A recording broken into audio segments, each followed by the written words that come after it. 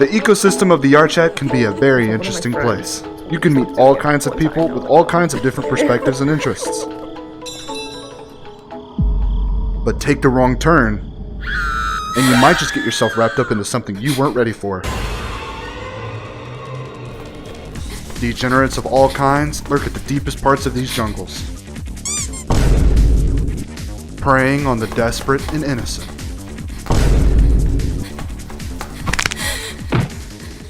And if you're not careful, you may fall victim to them yourself.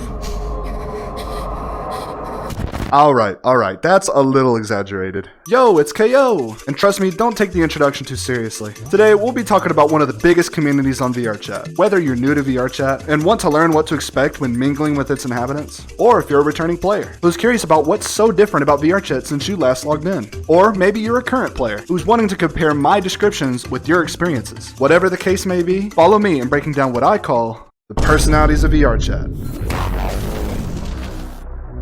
Oh yeah, we getting deep into the rabbit hole with this one. Furries are the biggest community on VRChat, and unlike some of the categories we cover, furries have always been around. They've just evolved a little bit. In this video, I will be breaking down their stereotypes, but I'll also be giving you a realistic and reasonable perspective of what to expect when mingling with the furries of VRChat. I want to clarify that I'm not picking sides. I personally am not a furry, but I'm also not going to be a hater either. Look, I've been playing VRChat for a really long time, and furries are everywhere in VRChat, so at this point, I'm used to them. I aim to make this a video that furries can relate to, VRChat vets can compare to, and new players can learn from. I want you to have your own opinion and make your own conclusions. This is my experience with meeting and interacting with different kinds of furries, made as part of a series, where I break down all the different kinds of people you'll meet in VRChat. At the end of the day, we're all just trying to have a little fun, so try not to take it too seriously. Okay, so now that we've cleared all that, we'll be breaking down furries into 3 different personalities: casual furries, UWU Furries, and Goober Furries. Sometimes a person can be a mix between the 3 different personalities as well. And as the video progresses, we'll be diving deeper and deeper into the rabbit hole of the VRChat furry community. So without any further delay, let's dive into our first personality.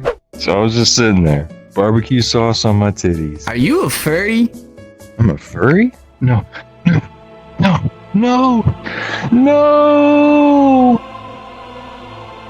Yeah, I'm a furry.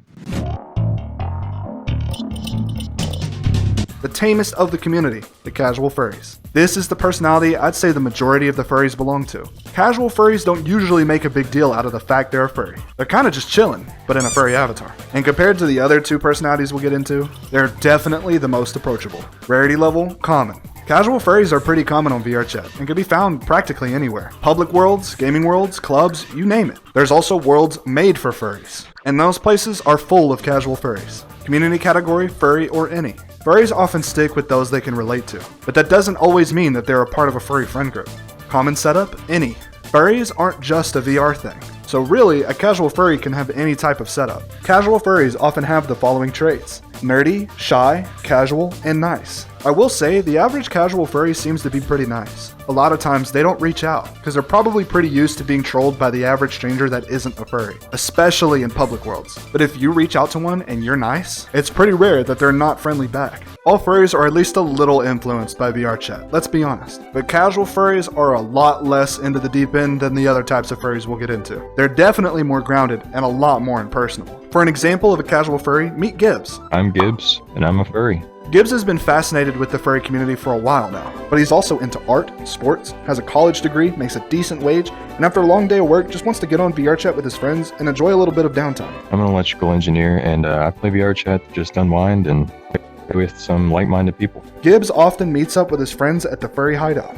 Hey, Gibbs, it's been a minute. How you been? Eating fish and chips as much as possible. Excellent. But what does Gibbs do in a private instance? Honestly, who cares? If it's not bothering us, then Gibbs can do whatever he wants. Sounds fair enough. Warning, the following is cringe as viewer discretion is advised. Hey, little guy, you want to go play pool? I don't know, I really want to stay here.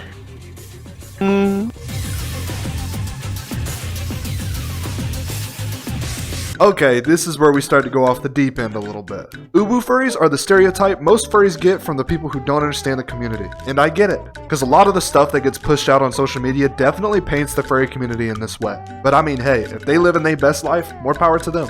Rarity level, uncommon. Even though this is what most non-furries expect furries to be like, they definitely aren't the most common type of furries. These guys still do exist, but they usually stay in furry worlds or private lobbies. So if for whatever reason you want nothing to do with this type of furry, they're usually pretty avoidable. Community category, furries. These people usually stick with the deep furry crowd and are hardly found outside of it. Common setup, quest, half body, or full body. Some people get delusional once they've worn their headset too much, and become too absorbed by VRChat and the people in it. UWU Furries are the perfect example of that. This kind of stuff doesn't happen with people who just play on mouse and keyboard. UWU Furries usually have the following traits: shy, timid, clingy, and emotional. A lot of furries think these guys are too much. Their behavior is an attention-seeking strategy. And in a world where you can find like-minded people and block judgmental people, it's easy for these people to find the reinforcement they need and sink deeper into the persona they've created for themselves. Honestly, UWU Furries are one of the deepest of the deep personalities. These people devote most, if not all of their time to VRChat or other furry-related activities. And I don't think any of them saw this coming for themselves when they booted up VRChat for the first time. To give you an example of an UWU Furry, meet Bean. Hello, my name is Beans and I'm a furry. Bean only goes to furry worlds or private lobbies with his friends. So, do you play any games? Sometimes. Murder 4? No, Freeze tag? not really. Do you like dancing? I don't think so. Do you go to the pub? No. What do you do? But I like to cuddle. Bean loves attention and will do whatever it takes to receive it in VR. Anything anyone ever told Bean was cute, he does. The way you kick your feet is adorable. And with that constant reinforcement, you get what Bean is today. Now, I get it. Everyone wants some attention, but there's definitely other ways to receive it. You don't have to degrade yourself to meet new people and make friends. Again, I want to reiterate, not all furries are like this. In fact, it's definitely a minority, but they do exist. Hey there, you look lonely. Hey, whoa, you better back it up. I'm showing you the prime Conor McGregor up in here. You better not. You better watch yourself. It's coming.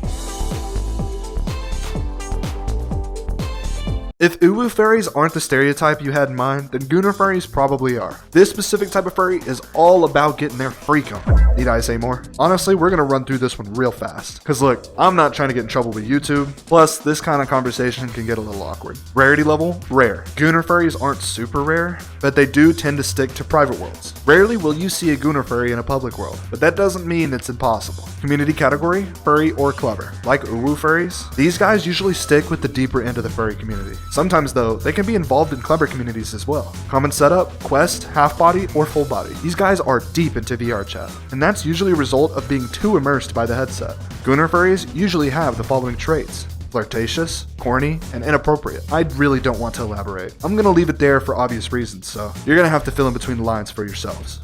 Get it? Fill in?